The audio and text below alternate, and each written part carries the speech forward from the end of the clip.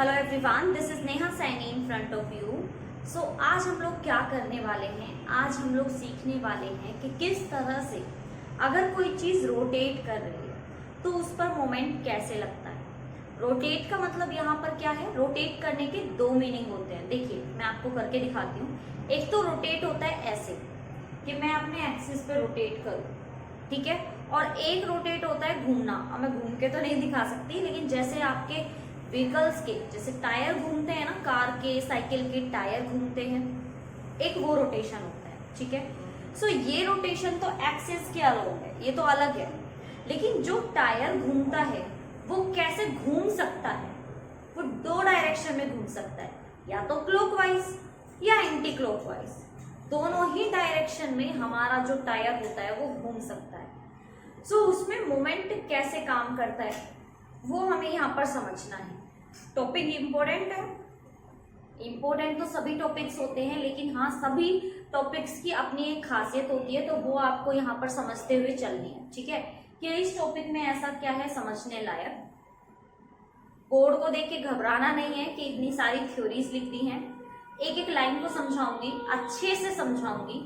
Theory में इसलिए लिखती हूँ क्योंकि काफी बच्चों का कमेंट आता है कि मैम नोट्स बनवा दो, नोट्स दे दो, नोट्स सेंड कर दीजिए। तो बेटा जो भी मैं बोर्ड पे लिख रही हूँ ना, आप अपनी बुक उठा के देख लीजिए, किसी की भी क्लास में जाके देख लीजिए, इतना आपको कहीं नहीं मिलेगा। मैं आपको रिप्रेजेंट करने का भी तरीका बताती हूँ।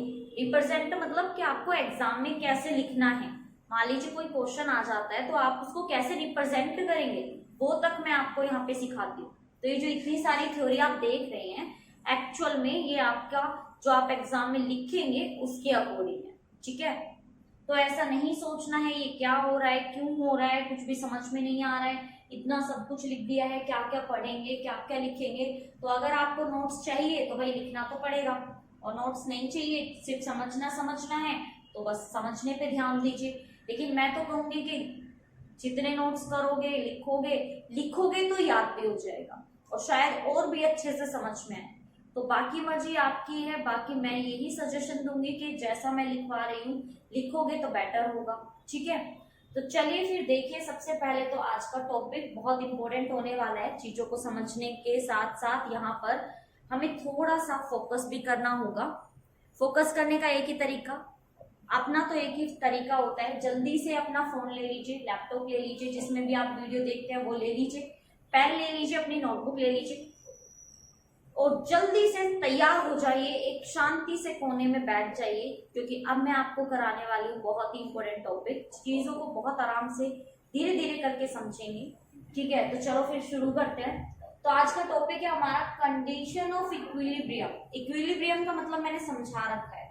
मान लीजिए किसी बॉडी के ऊपर अगर एक ही बॉडी है और उसके ऊपर बहुत सारी डायरेक्शन पे फोर्स लगा है, चारों डायरेक्शन से, तो उस पे लगने वाला फोर्स जीरो हो जाएगा, वो उसकी इक्विलिब्रियम स्टेट है। इक्विलिब्रियम स्टेट का मतलब होता है कि शांत।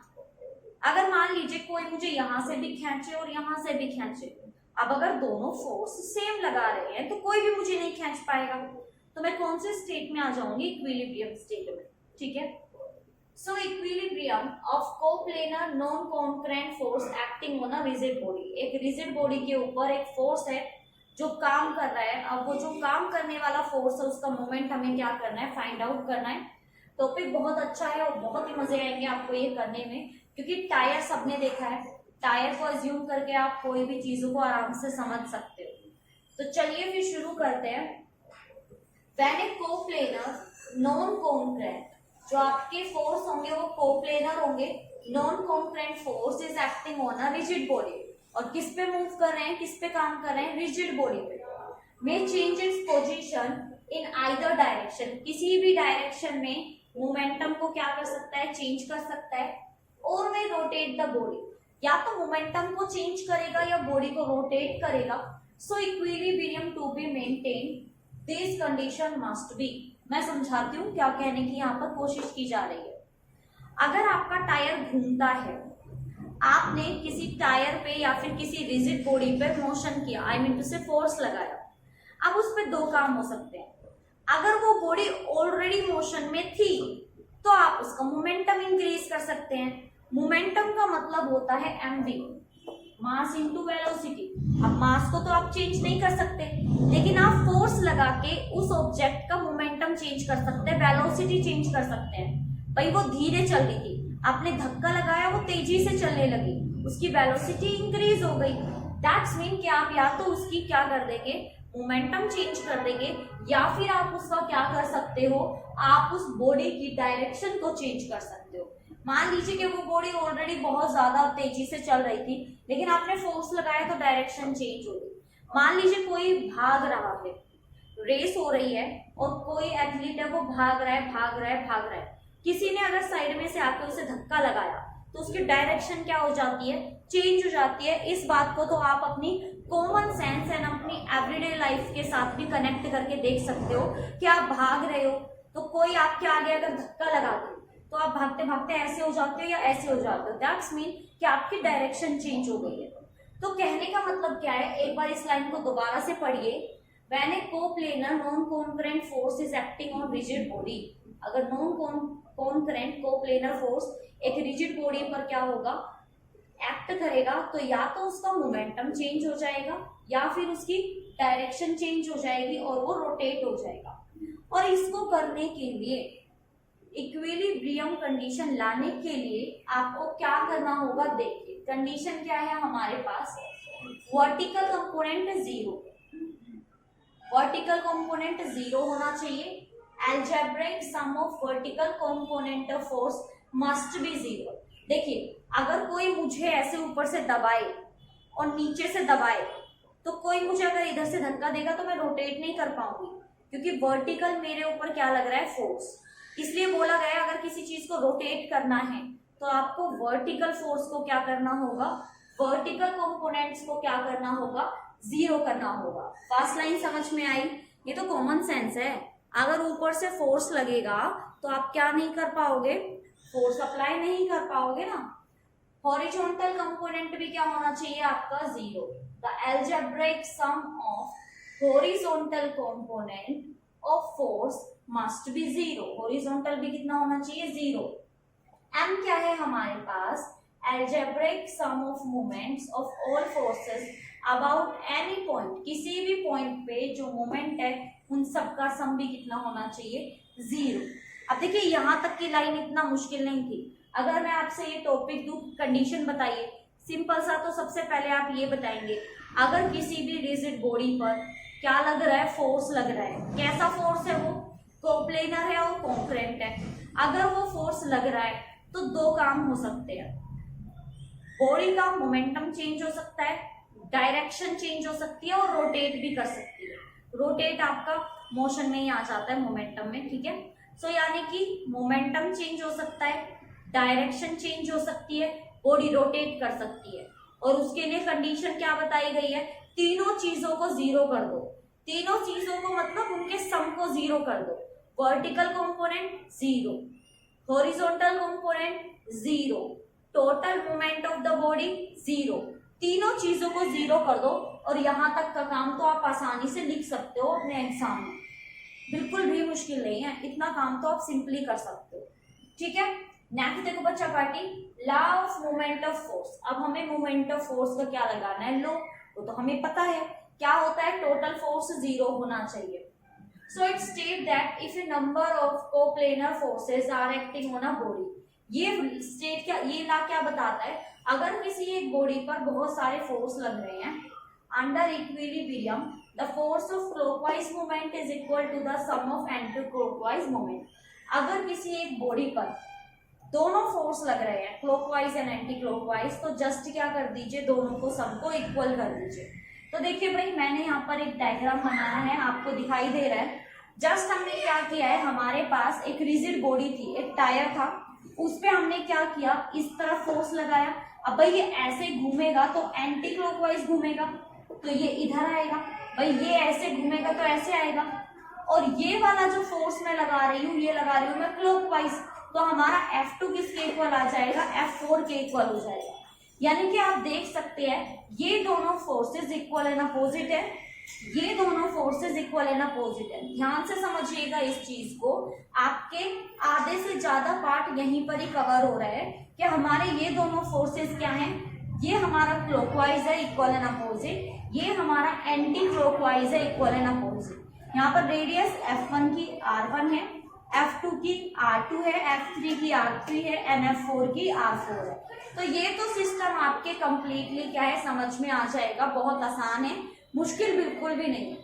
तो इतना करने के बाद आपको इतनी सी तो बात समझ में आ गई होगी कि दो फोर्सेस एंटी में चल रहे हैं और दो फोर्सेस क्लॉक में चल रहे हैं। और हमारा जो यहाँ पर law of movement of force है वो क्या कहता है कि एंटी क्लॉकवाइज को जस्ट इक्वल कर दीजिए क्लॉकवाइज के। आसान है, क्लॉकवाइज को एंटी क्लॉकवाइज के क्या करना है, इक्वल करना है। तो हम लोगों को क्या करना है, इक्वल फोर्सेस निकालने हैं भाई। इन दोनों के क्या करना है, इक्वल, क्योंकि ये दोनों क्या है, क्लॉक है, और ये दोनों क्या है, एंटी क्लॉक है। सिंपल। सो एंटी क्लॉक को क्लॉकवाइज के क्या करना है, हमें इक्वल करना है। ये चीजें समझ में आई, बहुत इजी टॉपिक है। अब देखिए, हमने कहा let us 4 coplanar force, 4 coplanar force लिए, F1, F2, F3, F4, चारों ले लिए। मैंने आपको बता दिया है F1, F2, F3 and F4 are acting on a body under equilibrium to take it keep it rotating along the axis passing through centre C। ये सेंटर C से होते हुए ये क्या करने की कोशिश कर रहे हैं, इस रिजिड बॉडी को रोटेट कराने की कोशिश कर रहे हैं। आप पहले यहां तक के पॉइंट को अच्छे से समझिए, डायग्राम को देख के। हमने 4 फोर्सेस लिए हैं, चारों के चारों जो हमारे फोर्सेस हैं वो क्या कर रहे हैं, रोटेट कराने की कोशिश कर रहे हैं इस बॉडी को।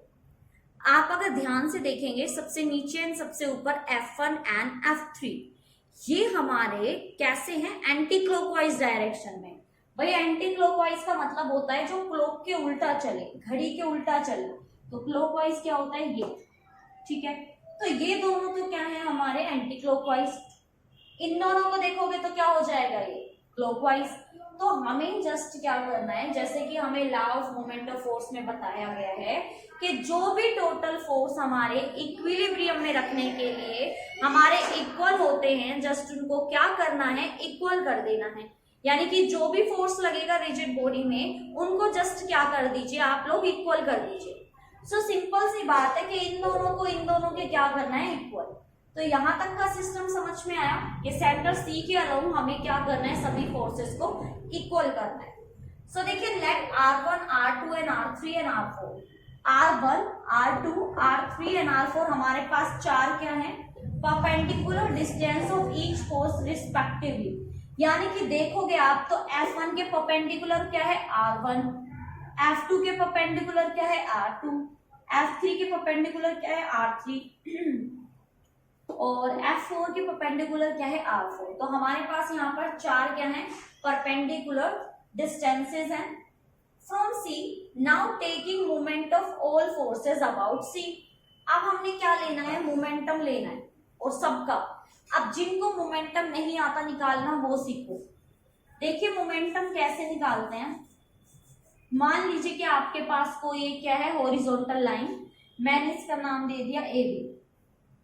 अगर उसकी कोई परपेंडिकुलर डिस्टेंस है ऐसे, और नाम दे दूं मैं इसका C और D, तो फॉर्मूला क्या बनता है, इसका फॉर्मूला बनता है मोमेंटम का AB इंटू में CD, यानी कि ये लाइन और इसकी परपेंडिकुलर।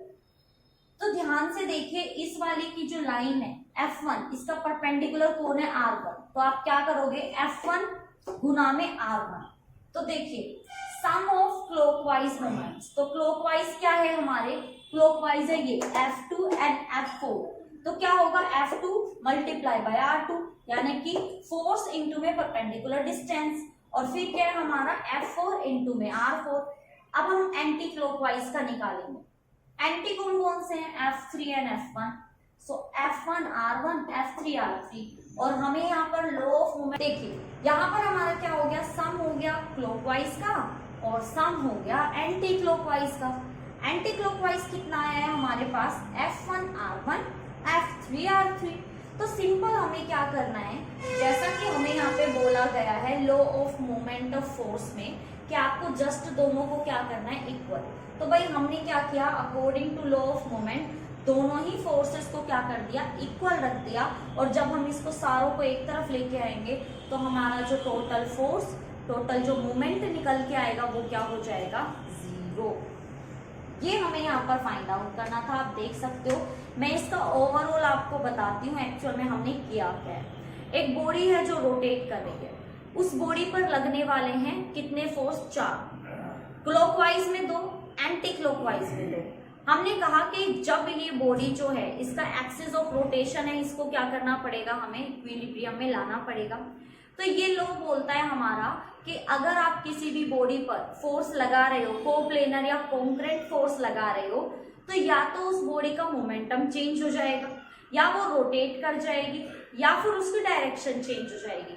और ये सब करने के लिए आपको सिंपली क्या काम करना है, आपको एक छोटा सा काम करना है कि उसका वर्टिकल जो कंपोनेंट है 0 कर दो।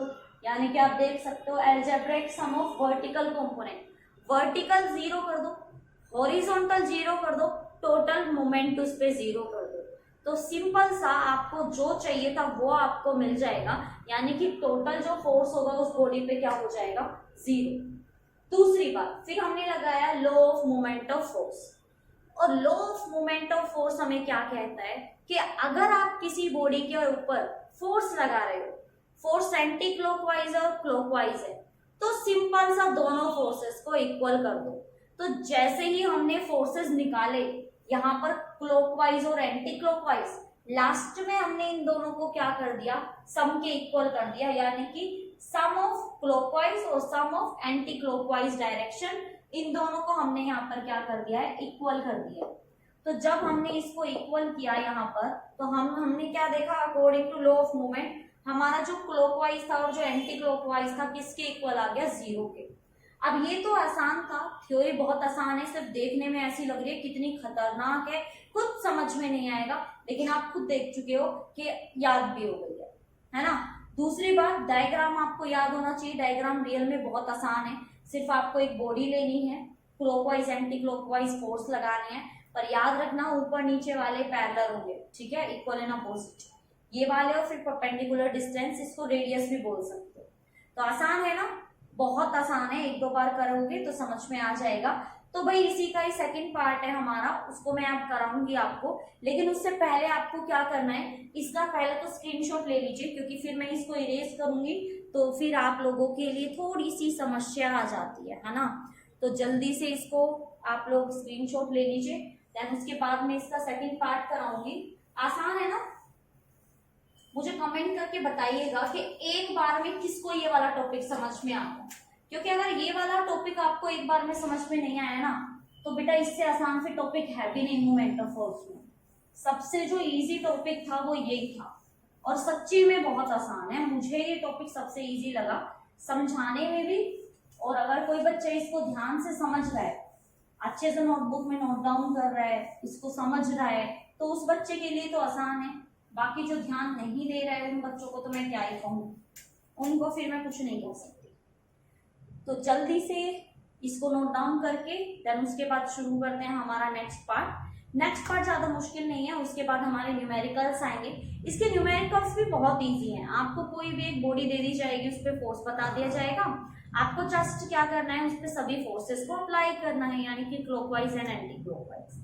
तो आई होप आपको ये वाला पार्ट अच्छे से समझ में आ गया होगा। तो चलिए अब जल्दी से इसका सेकंड पार्ट देखते हैं कि कैसा है, फिर सॉल्व करेंगे हमारे क्वेश्चंस। देखिए अब हमें क्या करना है, जस्ट हमारा सिंपल सा एक काम रह जाता है। जिस तरह से हमने कंप्लीट जो हमारा मोमेंट फाइंड आउट किया है, मतलब जो हमारा हॉरिजॉन्टल, वर्टिकल और उन सबको हमने क्या किया, 0 के इक्वल किया सम को। फिर हमने कहा कि एंटी क्लॉकवाइज हमारा क्लॉकवाइज के इक्वल हो जाएगा। तो अब हमें क्या करना है, सिर्फ डायरेक्शन फाइंड आउट करनी है। बहुत आसान है, एक बार में ही आपको समझ में आ जाएगा, लेंथी बिल्कुल भी नहीं है, बस थोड़ा सा ध्यान देने की जरूरत है।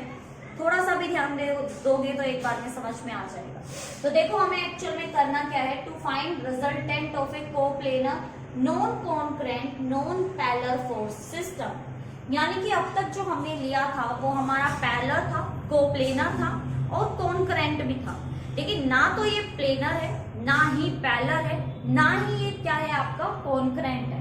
तो इसमें आप क्या कर सकते हो, आप किस तरह से रिजल्टेंट फाइंड आउट कर सकते हो, ये हमारा क्या है टॉपिक। तो देखिए इसको हम कैसे कर सकते हैं, let us consider 4 coplanar non concurrent non parallel forces of a body at angle theta. हमने क्या करना है, theta 1, theta 2, theta 3, theta 4 with the horizontal. हमने क्या किया, एक ऐसा फोर्स लिया पैरेलल जिसमें हमने क्या किया, एंगल फाइंड आउट किया, और एंगल हमारा कितना आ रहा है, theta 1, theta 2, theta 3 and theta 4। तो ये तो आसान सा है, इसको तो आप क्या करते हैं, हॉरिजॉन्टल के साथ दिखा सकते हैं।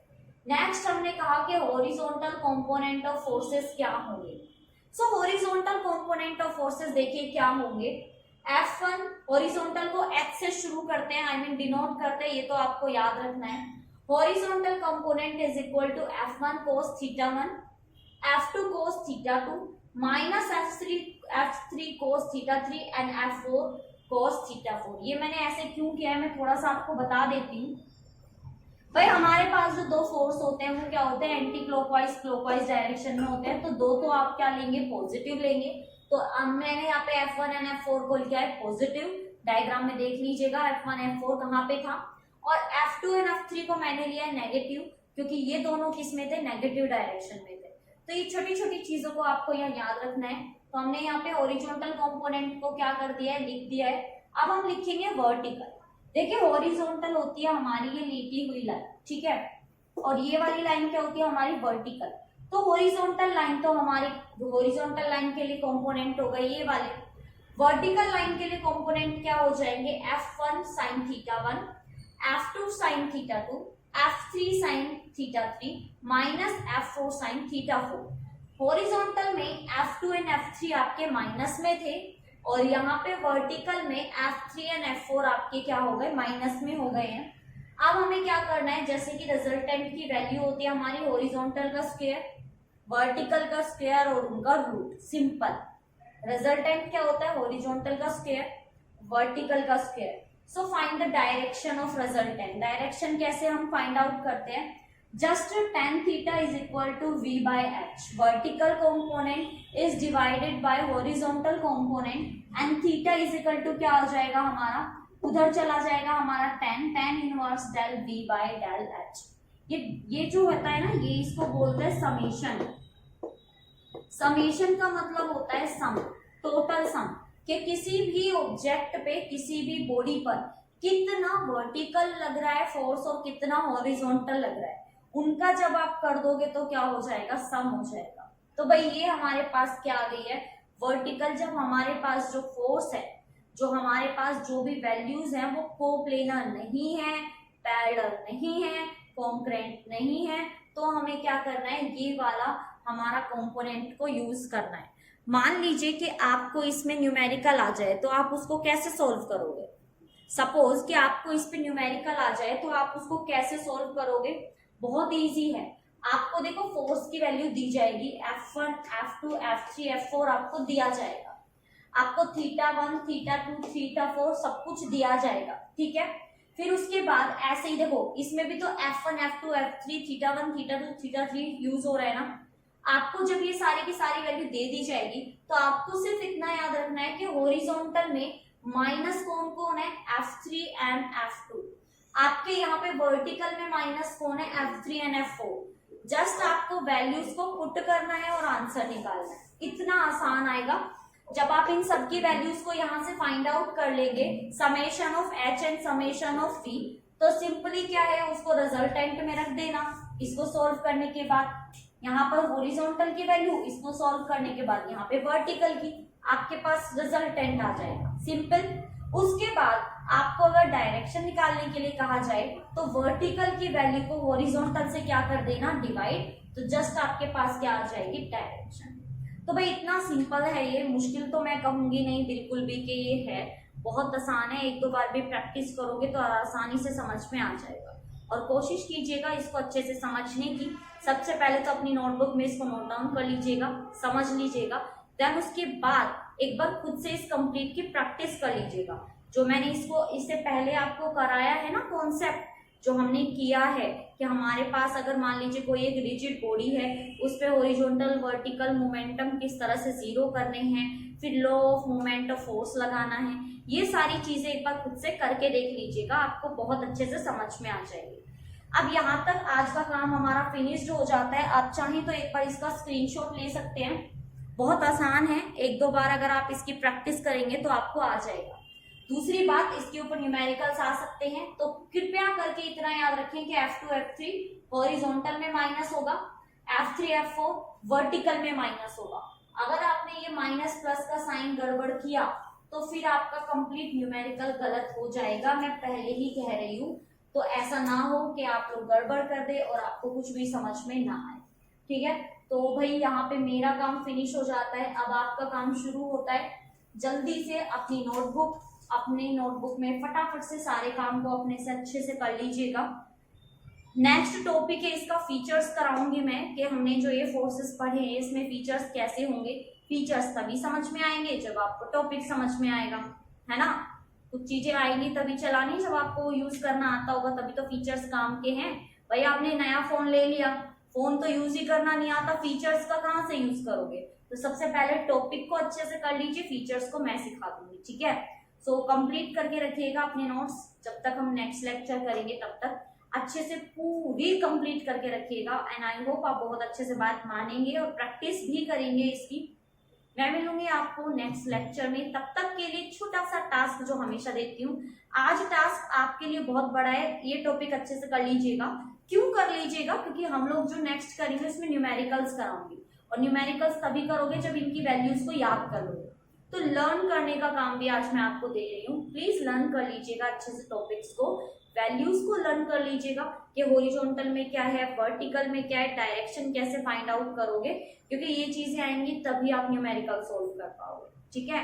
और एक छोटा सा काम, अगर आपने चैनल को अब तक सब्सक्राइब नहीं किया है तो प्लीज चैनल को सब्सक्राइब कर दीजिए, अपने दोस्तों के साथ शेयर कर दीजिए, और मुझे कमेंट करके बताना मत भूलिएगा कि आपको समझ में आ रहा है या नहीं। कुछ थोड़ा बहुत तो समझ में आता होगा। और नोट्स देखिए कुछ अलग से नहीं है, जो मैं अभी बोर्ड पे करा रही हूँ वही आपके नोट्स हैं। जस्ट आपको नोटबुक में यही लिखना है और यही याद करना है, आपको अटेम्प्ट भी इसी तरह से ही करना है एग्जाम में, ठीक है। तो चलिए फिर मिलेंगे जल्दी ही नेक्स्ट लेक्चर में, तब तक के लिए अपना ध्यान रखिएगा। Okay, tata bye bye.